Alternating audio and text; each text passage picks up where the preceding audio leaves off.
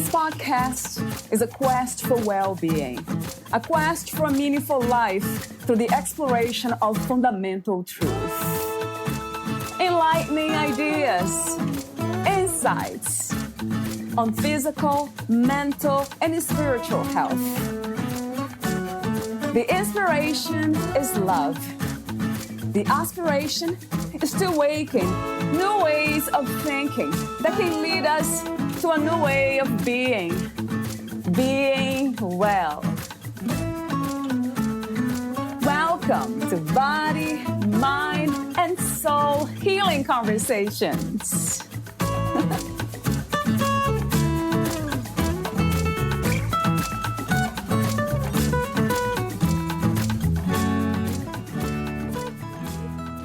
Valeria interviews Jessica Kisiel, the author of Winning the Injury Game: How to Stop Chronic Pain and Achieve Peak Performance.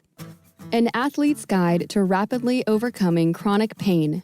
When athletes and active people can't perform at their peak because of chronic pain, it's frustrating, and life can feel incomplete. It's a story that author Jessica Kisiel, exercise physiologist and former professional athlete, knows all too well. Kisiel has helped hundreds of athletes and weekend warriors return to the sports they love with increased confidence, strength, and resilience in body and mind. She now shares her holistic, accelerated recovery techniques in Winning the Injury Game. Jessica Kisiel is a coach, former professional athlete, and author of Winning the Injury Game. She suffered with chronic pain and severe hip osteoarthritis for several years before finding relief through posture therapy. A dedicated wellness professional for over 25 years, she has helped hundreds of people across the world regain their active lifestyle. She holds certifications from the Postural Restoration Institute, PRI, EgoSQ University, National Strength and Conditioning Association, NSCA, American College of Sports Medicine, ACSM, Well Coaches Corporation, and the American Council on Exercise, ACE. Meet Jessica at thepfathlete.com. Here is the interview with Jessica Kisiel.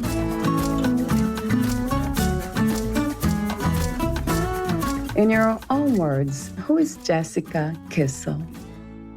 Well, I'm a woman. I'm a happily married wife, a friend, a sister, a daughter, a dog mom. I have 2 rescue puppies that I adore. Mm-hmm. I've been through a lot in my life. I've had some difficulties. I'm someone who has overcome chronic pain. I'm sure we're going to talk about that. Yeah. And more recently, I've overcome breast cancer. Diagnosed just 2 years ago. That's not even in the book because that was after. Yeah. Not in the beginning, but now I'm someone who looks at these difficulties, these challenges as opportunities. I try to be positive and ask myself how I can grow from these situations. I remember when I had was looking at my 4th musculoskeletal surgery, I just read Viktor Frankl's book, Man's Search for Meaning. How am I going to make some meaning out of this? How can I turn this situation into a positive? How can I grow? What can I learn? And then what can I teach others? So I'm really all about learning. I'm a lifelong learner. And then I like to teach people what I've learned through my knowledge, through my experience, because I have a strong desire to help people. I want to teach, I want to inspire, motivate, challenge people, and help them grow and recover in their lives and lead by example. Right. How wonderful, Jessica. Thank you for being you. Thank you. Yeah, we need more of these models in the world. Beautiful. So before we talk about some of the topics in your book, Winning the Injury Game: How to Stop Chronic Pain and Achieve Peak Performance, I have a few warm-up questions, as I mentioned off record. So the first one, what is life to you? Not the meaning of life, but what is life? What is this experience? Life is right now. Life is the present moment. This is all we have. This is our experience. And our life is built of many simple but special moments that add onto each other and create many experiences to fill our time.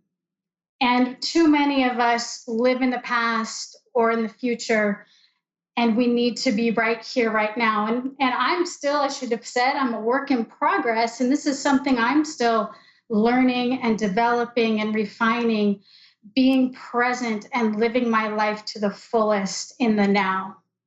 Yeah, I love that. What a wonderful perspective. And I believe that too. Absolutely. So, my next question about life is, what do you think is the purpose of the human experience? Ooh, the ultimate purpose of the human experience. Hmm. You know, it's interesting. I remember talking to a friend of mine when I was diagnosed with breast cancer, and my life changed with that. I mean, being a health professional, working in corporate wellness to help prevent disease, help people stay healthy, and then to get diagnosed with something like that. And I've been pushing and driving so hard, like so many of us that care so much, like you do. And a friend of mine said, "Do you know you're supposed to enjoy life?" Yeah, right. And I was like, "What?" So I think, you know, we're all here to do a good. We have purpose and meaning, but we need to remember that we're here to enjoy ourselves, to savor our experiences, our life, those special moments, and not to rush through. I believe that too. So true. And I'm wondering, how do we balance? Do you believe in balance? Of course, I believe in balance. I'm a posture alignment Right. therapist. Right. Literally.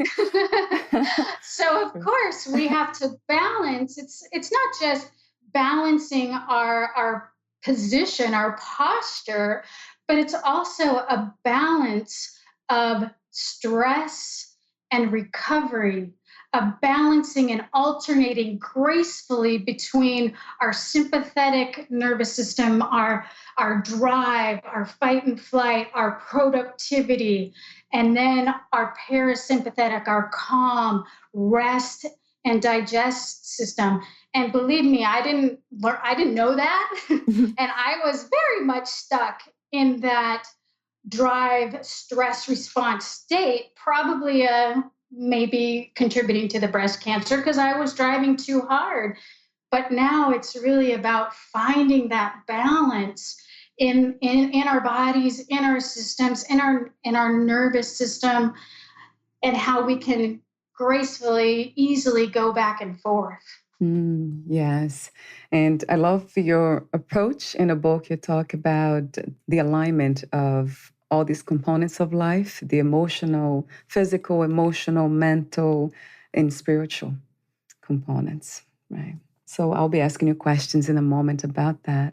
But for now, let me ask you this question. What is your own definition for health and wellness? What is to be truly healthy and well, in your opinion? Health is not just absence of disease. Health and wellness are balance, like we just discussed. It's living authentically who we are in the present moment. Some of us have challenges, have diseases, but I still believe we can be healthy. Physically, there may be challenges, but we can be healthy in our mind, in our attitudes, in our perspectives. There can still be health and wellness despite having some of these other challenges. Beautifully said. Yeah, I believe that too. I know that's challenging for us to be well, to be peaceful when we are in pain. I'm not in pain at this moment, but I have been. And I noticed how it's easy to become distracted by the pain and become stressed and negative and all that. How do you define pain? And another question is, you speak in your book about this relationship with pain. What kind of relationship would be better for us to have with pain to heal? So, pain for a lot of us immediately invokes fear. Right. And that we jump to worst case scenario. I have this pain in my shoulder. I must need surgery. Right. Our bones, our tissues can't talk to us. And some of us, myself included, are a little hard headed when the body tries to talk to us. You know, it gets a little sore, a little tight, a little achy, but it's easy to brush that off, right? Yeah. So to get our attention, Mm. that we take the right action, the body sometimes has to go, hello, and Right. it sends a signal. And a pain is a signal. It's an experience. It's not just a physical experience, because what happens when we have pain, like I said, we go to fear. It is very much a mental, emotional experience. And that's what I'm talking about when you talk about the relationship with pain. It's how we're viewing the pain, how we respond to the pain, almost, dare I say, becoming friends with the pain, becoming curious about the pain. When I have a pain, and I didn't start this way, it's like, oh, I'm having this pain in my body. I wonder what might be going on. I wonder how my body might be not functioning, not in the right position, that I'm creating some stress and tension. Let me see if I can kind of figure that out instead of jumping to, oh my God, this is the end of the world. I'm never going to be able to get on my bike again, Right. which is where a lot of us stay. It goes back to self-awareness, right, Jessica? It's all about being aware. You did read my book. That is the first thing that we have to heal. We have to be aware. We have to know ourselves. We have to be in touch with our bodies. We have to listen to our bodies. We can't change what we don't know about. We can't change if we are sitting slumped or we're standing with more weight on our left side. We can't change that unless we are first aware of it. That's where it starts. And I know you talk about alignment, imbalances, and all that. And I'm just wondering here, how can we do all this and still be happy in a way? Because too many things to be attentive to. It can be overwhelming. Right. Absolutely. I mean, especially being who I am now, I have to turn it off, because when I watch people walk down the street and stuff, it's like, oh my goodness, let me go talk to her. She needs, you know. Right. But you're right, and posture and how we hold our bodies, how we move, it shouldn't be something that happens at our cognitive level. We shouldn't have to think about it every moment of every day. Like you say, we'd never get anything done. Right. But the more we remind the body, give it the right stimulus, as we call it, every time I sit up straight, or I pull my shoulders back, or think about how my feet are hitting the floor when I'm walking, that's just going to help ingrain those patterns, because we're all patterned. We're patterned in our body, we're patterned in our minds. And it's a matter of changing those patterns that then will become automatic and we don't have to think about them. So I have more questions for you here about that. But before we move to that section of the conversation, let me ask you a few more warm-up questions. What is another word for healing, Jessica? In my book, I use the word recovery as a synonym for healing. And recovery meaning you're back to doing those activities that you want to do, that you're feeling strong, feeling aligned, have an optimistic outlook. As I say, it's not just the physical getting the bones racked back in the right place, but it's having the whole person in a more balanced state that they can take on challenges.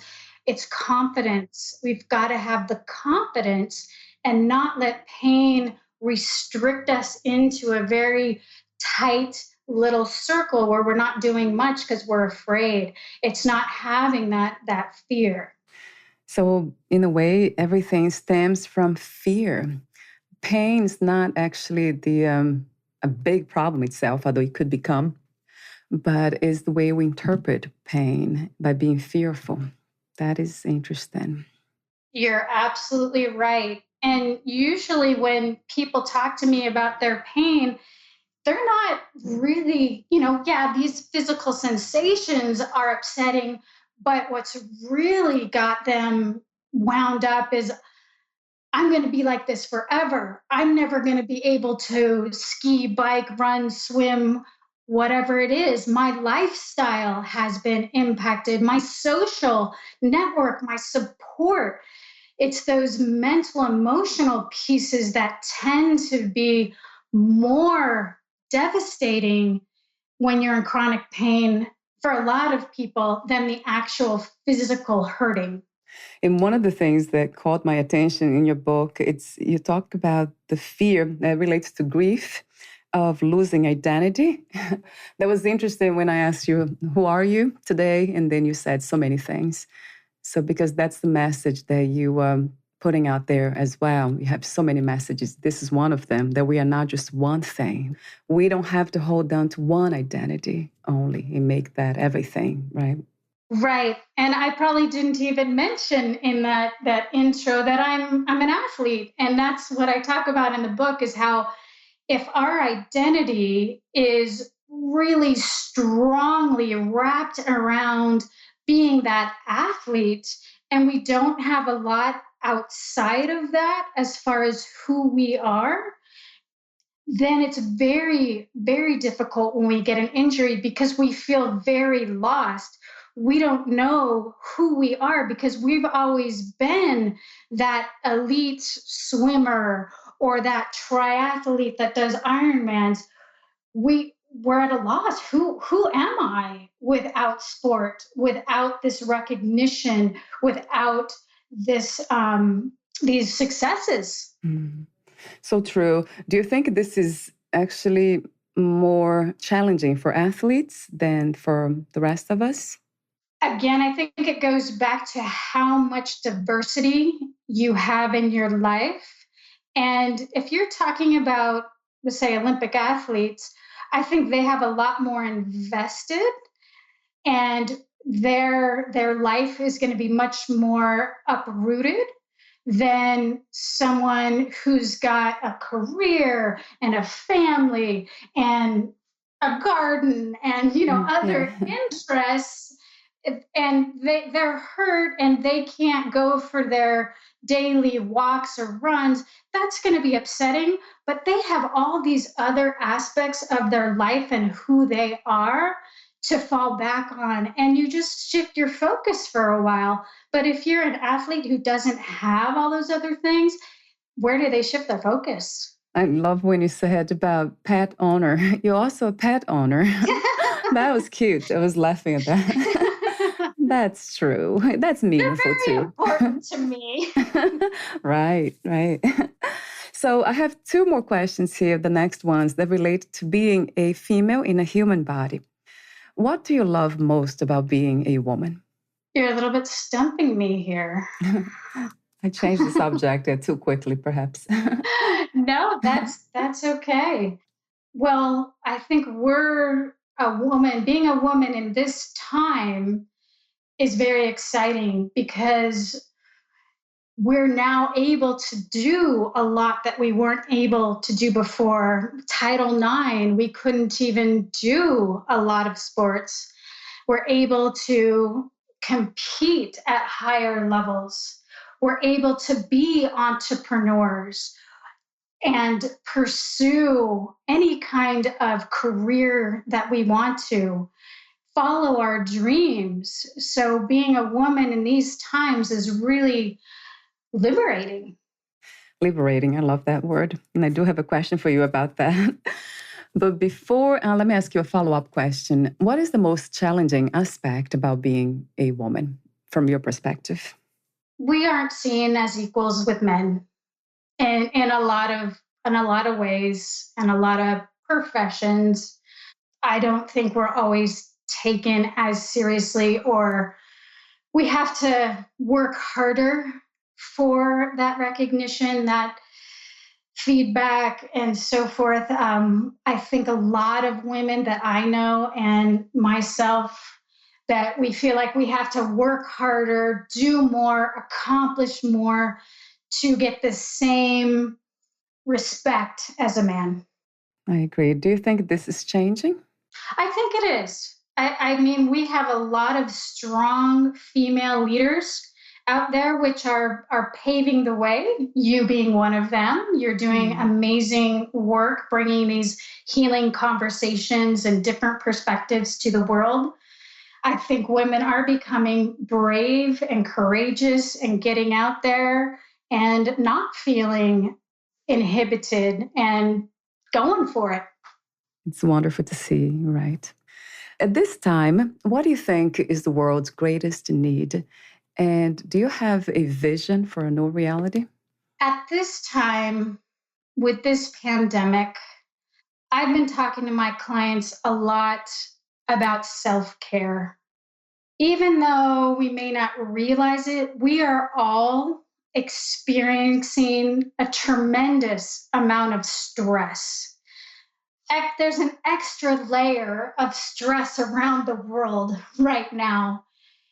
And even if we're not directly impacted by COVID, but really all of us are, we need to take care of ourselves. We need to take that time to do those self-nurturing practices that bring us health, bring us relaxation, get us into that parasympathetic nervous system, that are fun, that we enjoy, that make us laugh. It's so important right now that we take that time, because I know, working with clients for over a decade, the first thing that goes when we're stressed is our self-care. It's like, oh, I didn't have time to do my exercises. I had more important things to do. But you know what? Right now, you got to take care of yourself, because that really is so important.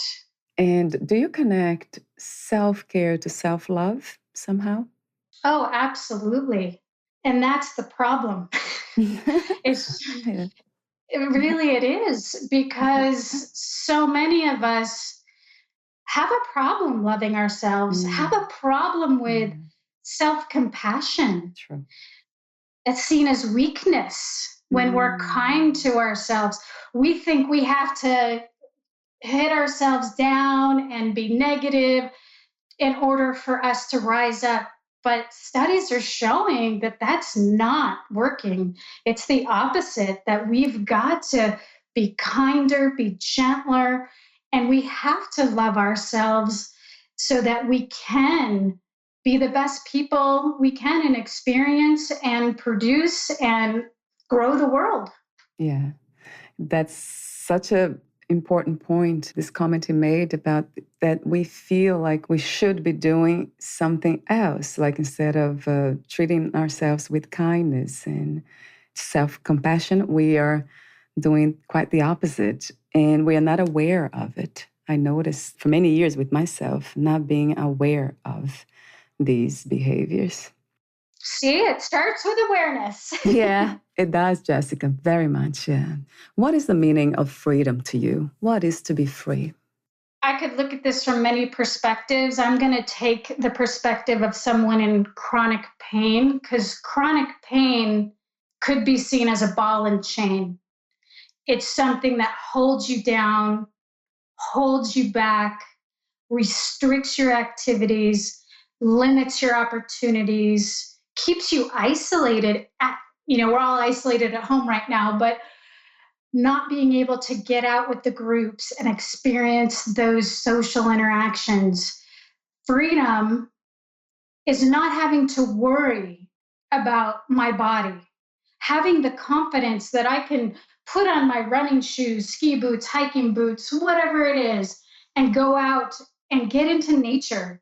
Freedom for me is moving in nature. It's freedom to move without fear, without worry, and just being in the moment and feeling the sun, the wind, and just experiencing that wonderful, wonderful movement. That's so inspiring. Nature, and nature itself inspires movement.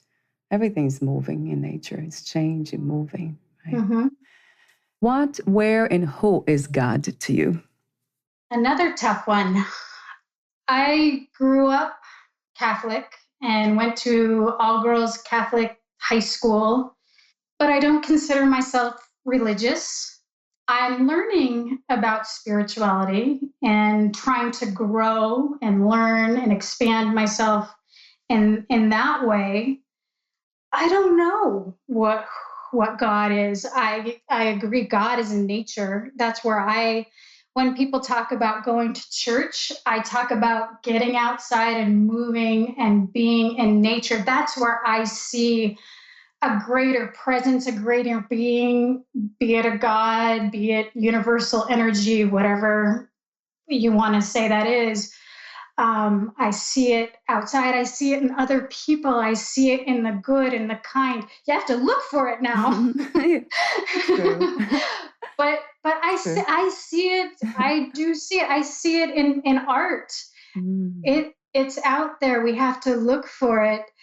But I'm still exploring that question for myself. I love how you connected God to nature again. Let's talk about your book. And my first question had to be this one. How did you become a writer, Jessica? Writing helped me heal.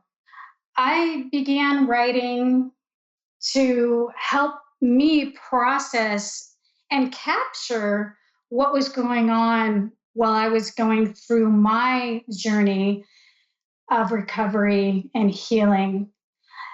And as I say, I've always liked to teach people, and writing really makes you clarify what you're learning and that you know. And then, of course, teaching even takes it to another level. So I just started writing blogs. As I was talking with, I'm a wellness coach and talking with a mentor, and she's like, you just got to start doing this. And so I was like, okay, I don't feel ready. I don't know what I'm doing. I'm not a very good writer, but all right. So I just started writing, and I've written over 120 plus blogs at this point. So it was part of my healing, part of my recovery, but then also part of my deep desire to share my experiences and my knowledge with others so that they can benefit and heal as well. Yeah, I love the mission, this intention. It's really beautiful. So what was the intention, speaking of intention and inspiration, to write your book, Winning the Injury Game? A lot of people in chronic pain give up. They accept limited activity. They accept that they have to have invasive surgeries. They accept that they just can't do things anymore. And I wanted to challenge that. I wanted to challenge the notion that as we age, we have to slow down.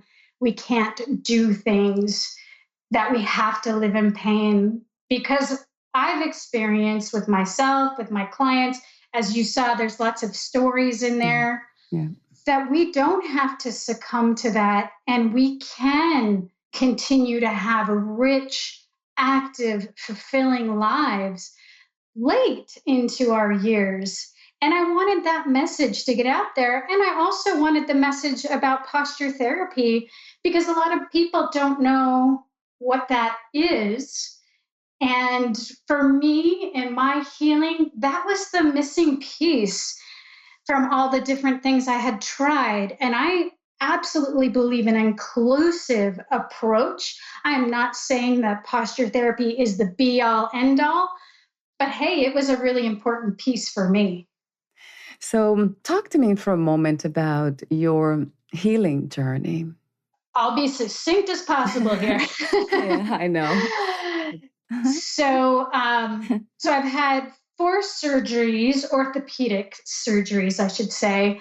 I had 3 knee surgeries on the same knee for wear and tear type of injuries. And then I had hip surgery for severe osteoarthritis on that same side, all the left side on that hip. And I remember when I was in with the orthopedic surgeon for the 3rd knee surgery saying, why? Why? Why does this keep happening? I don't understand. I see all these other people out there riding and training and putting in more time, more hours, more intervals than I was, but my body keeps breaking down. It feels like there's something bigger to this picture that I don't know, but is causing these things. And that piece ended up being that my whole leg, my whole femur bone was in a really horrible position. And who knows if that was from abuse from gymnastics for a long time or I was born like that. It doesn't matter. What matters is moving forward. Mm-hmm. And I was a professional mountain biker, and my pain got to the point, my back pain, my neck pain, my hip pain, I couldn't even get on my bike. I had to just at the top of my career, racing pro, had to give it all up because I couldn't do it anymore.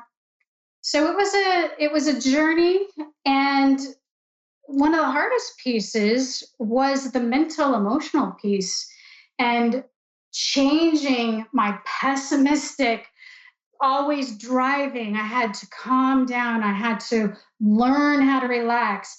I had to be able to sit still. Oh my God. Right. Not easy for an athlete. Right. And truly, my whole personality did change as a result of going through all of that. And just in December, my husband and I did a 6-day mountain bike stage race in New Zealand. And we did a 9-day mountain bike stage race in South Africa. These were after all of these injuries and surgeries, doing more than I ever thought I could, doing more than I did before. 9 days, 500 miles. So my body, it was able to respond, and it was amazing. So the message seems very clear that the body can heal itself, as it has been said. That's right. Yeah, it's amazing. So let me ask you, before I ask you some technical questions, why did you choose to become a professional mountain biker? Yeah, I'm curious to know. Yeah. Well, I've always had this competitive streak, and I was a gymnast before, and I ended up marrying a man who was a professional mountain biker. But we would just get out, and we would Nordic ski, we would bike, and I was always chasing him and feeling like I wasn't very strong or very fast. He's like, you should race. So I raced, and I did well, and I kept doing more and kept chasing him, and eventually it was like, yeah, okay, I can do this. And it filled that need for me. There's good and bad to that, but it filled that need of being competitive and having that physical challenge, because I do like to challenge myself physically and also mentally, emotionally. Having something that's difficult really drives me. So that's a personality trait. I hear a lot about the subject of being the same as men, like we can do anything that men can do. I don't know about that, Jessica. I don't think we're built physically. I don't know. You see, I don't know. That's the feminist thing. I don't talk about that much, but I think we can do a lot. But I think we have personality traits like women. It's more into nurturing and I don't know, softer things. But anyway, did your husband, did he have any injuries? He has had 4 knee surgeries as well. Oh, oh, so okay, it's the same. Yeah. So Yeah, it but is. his first surgery was an ACL ligament in his knee that got blown out with soccer. So that was a traumatic, acute type injury, whereas mine were these chronic, slow building injuries. And once you have an ACL like that, sometimes then you'll have meniscus problems and so forth. So it was a different scenario. And his, I think I might have said, was in soccer. We are not physically the same as men, even though we don't want to accept that. Right. I, Yeah. you know, I'm at least 40 pounds less than my husband, 6 inches shorter. We have smaller hearts, smaller lungs. We're not going to be able to. I can't hang with my husband on these rides, but of course I thought I could. And that's why competition was actually so great, because when I got into the correct field of where I should be comparing myself, then I could really see where I stacked up. So, what are the main causes for chronic physical pain? Well, there can be just genetic type of issues that you're born with, that you might have just deformities in your structure itself. Maybe not deformities, might not be the right word, but they're just not quite right. And that can create a situation where you have more stress and strain. A lot of the chronic pain, as they always say, is wear and tear injuries. And really, when if a joint is in the wrong position and we continue to move in a way that's creating stress in that joint, that's just going to wear things down. If you take your hand, your fist, and put it in your palm and you just keep grinding in there, it's going to get red, it's going to bleed, and it's going to really create a problem. That's kind of like if you think of hip osteoarthritis, which I had. If my bone is sitting in that soft acetabulum, that cartilage, and it's just rubbing away, that's what can create chronic pain. Habits create chronic pain, the postures we assume, because our body is really smart. And if I keep putting myself in this bike position where I'm rounded forward and my shoulders are here and my hips are there, my body's going to go, okay, this is what is right. This is where I'm supposed to be. And I'm going to stretch here and contract there to hold this position, even when I'm off the bike. And then I lose range of motion. I get dysfunctional in certain parts of my body. Other parts have to compensate. And it's really just a downward spiral that happens. So that goes for everything, like sitting on the same chair for too long, or whatever we do, like on a day-to-day routine. For us who sit down a lot in front of the computer, do you think we should change chairs often? And like, what are some suggestions to avoid imbalances? The first thing is that sitting correctly starts at the pelvis. The pelvis is the foundation that holds our trunk and our upper body and our head.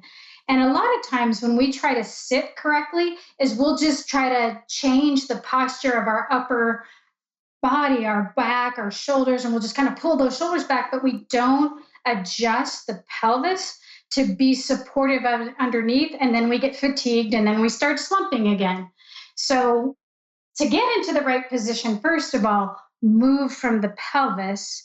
And then I worked in ergonomics for a long time. I tried to get people to take stretch breaks.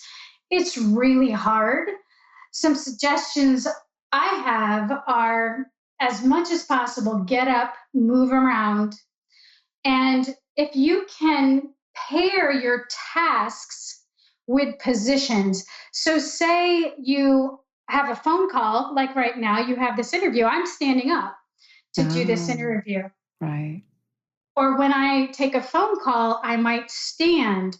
Or when I do another task, maybe I'll take another posture. So changing postures Mm. with your activities, I find, is a better way than telling people, every 30 minutes take a stretch break. Because if I'm in the middle of writing a blog or really engrossed in something, I'm not going to take a break. It's just the way it is.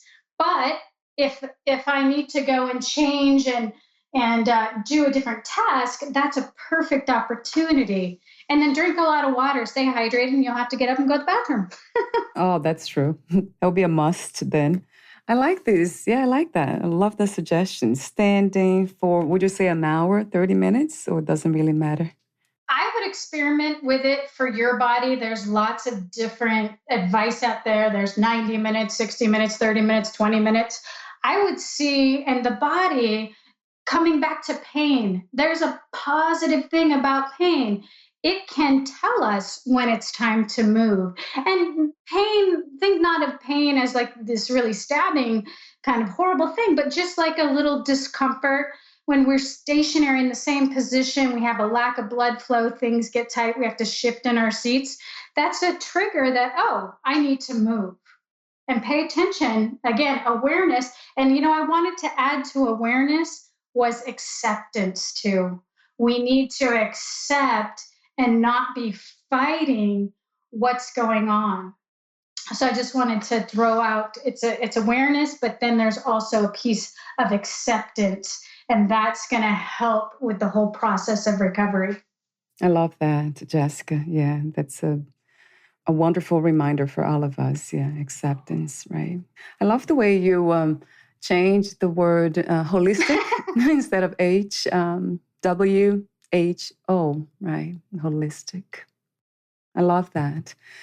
And so in your book, you say to rid yourself of the pain, you must pay attention to your body, listen to it, and become connected with it, physically, mentally, emotionally, and spiritually. So for a moment, I know we have been talking about the physical aspect. There's something you said in your book that caught my attention. You said that the philosophy you had was this about mind over matter and no pain, no gain. And most of us, and athletes especially, I believe, they carry, right, these philosophies, these ideas. Yeah, talk to me about that.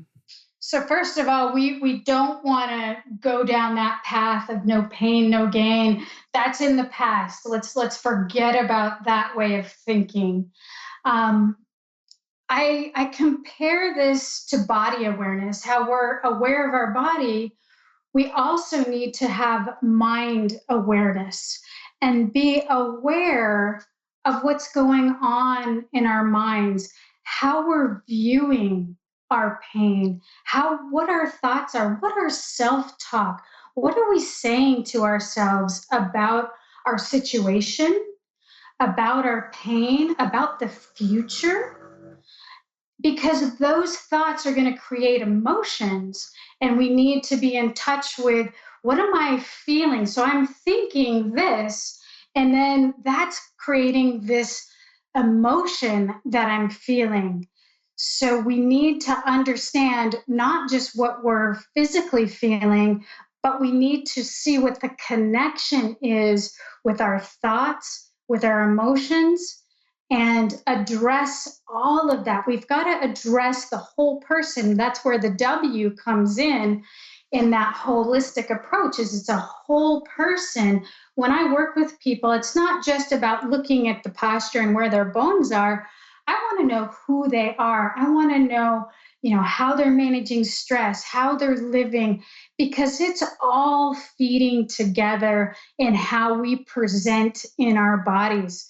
Whether if we're pessimistic, think about it. If you droop your shoulders and kind of collapse your chest, what kind of a mental state are you in right there? It's like I'm closed, I'm afraid, I'm protecting myself. So our physical position exhibits what's going on mentally and emotionally with our bodies and our minds.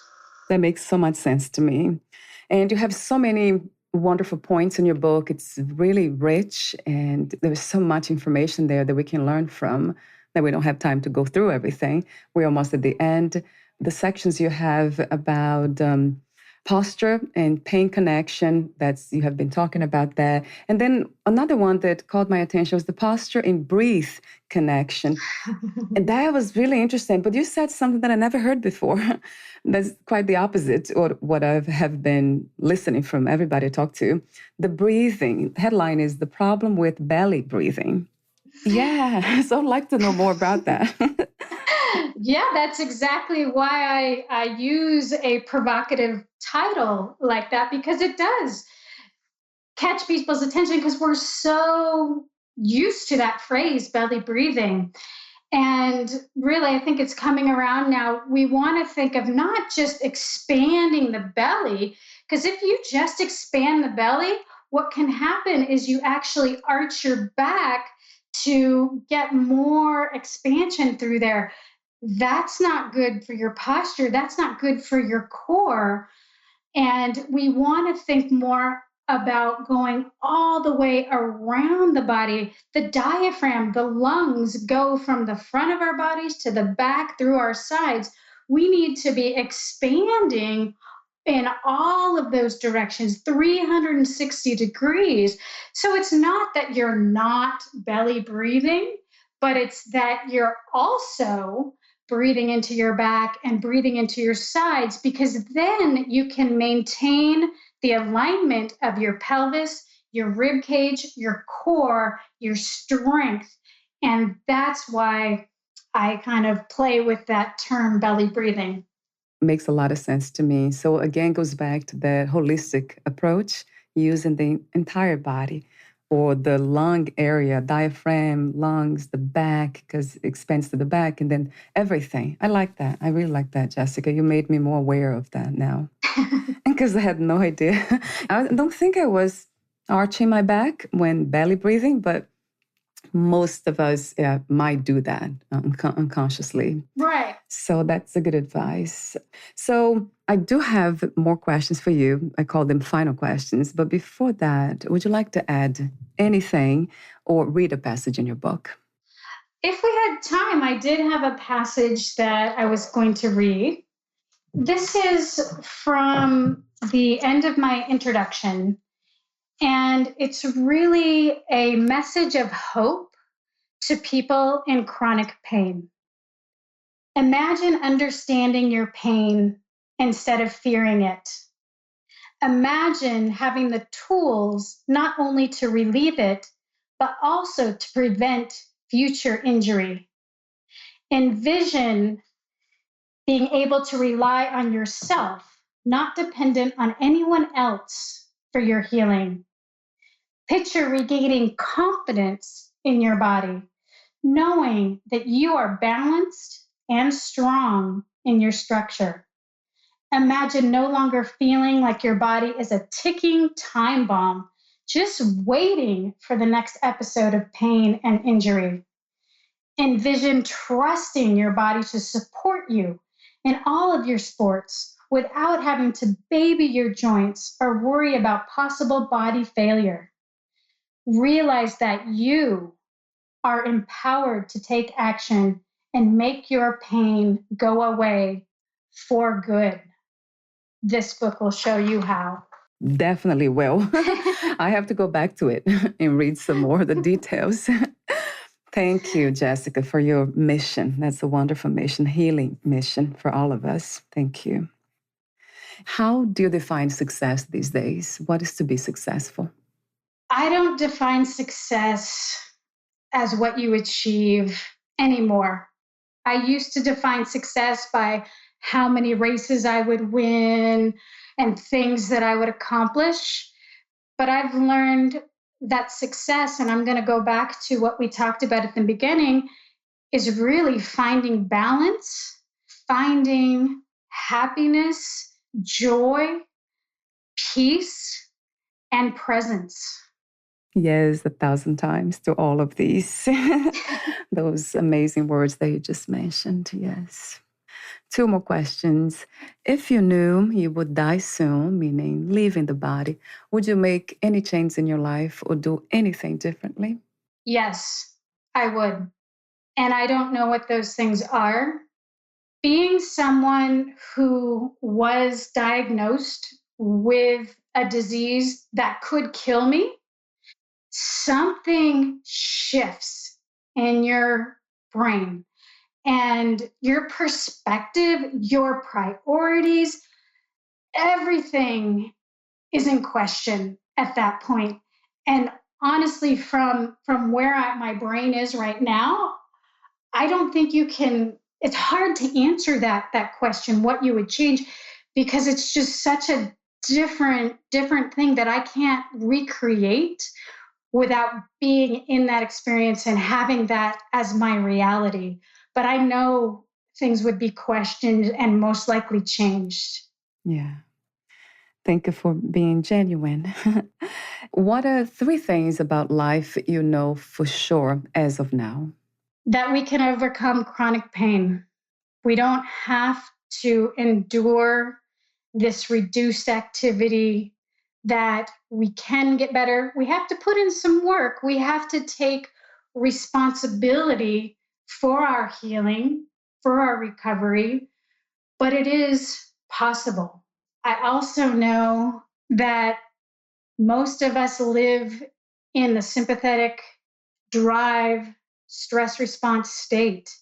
And if we could all collectively make a shift into that parasympathetic nervous system, it would not only help our healing, it would help our world tremendously if everybody could just calm down, be more tolerant, be more accepting, be more aware. Back to that, right? Yeah. Yeah. So those are some things I know for sure. And I think I'll leave it with that. I love your wisdom, Jessica. Thank you. Thank you so much for your presence, your genuine presence, and your mission, your love. Thank you. Where can we find more information about you, your books, products, services, and future projects? My business is The Pain-Free Athlete, and my website is thepfathlete.com. And you'll find my book on Amazon. But on my website, I've got lots of blogs. I just teach a posture fitness class. It's currently free for anyone to join on Zoom. And I've got some free downloadable materials, and I encourage you to check it out. Wonderful. Thank you so much again, and we'll talk soon. Thank you. Thank you. Bye for now, Jessica.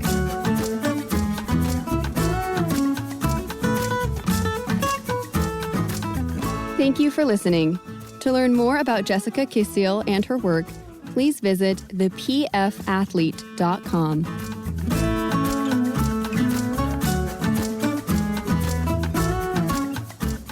To learn more about this podcast, please visit fitforjoy.org/podcast. I want to thank the Patreon members, Lawrence McGrath, Mark Basden, Terry Clayton, and Aidan Vickrock. Thank you again for listening, and bye for now.